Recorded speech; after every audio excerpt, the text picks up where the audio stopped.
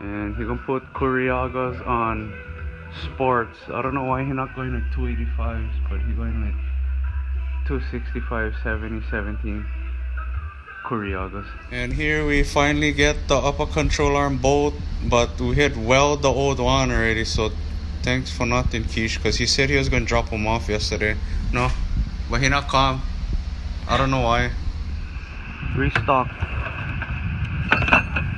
Oh no, look inside there. It's like looking in the factory Kawasaki parts bin. That G2 1.25 wheel spacers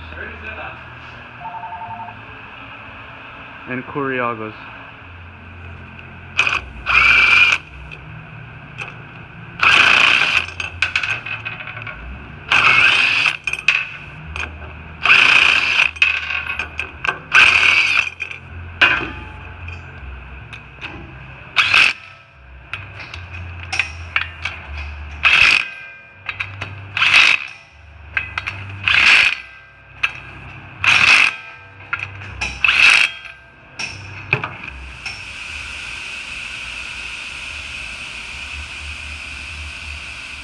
$265 70 17 Couriagas.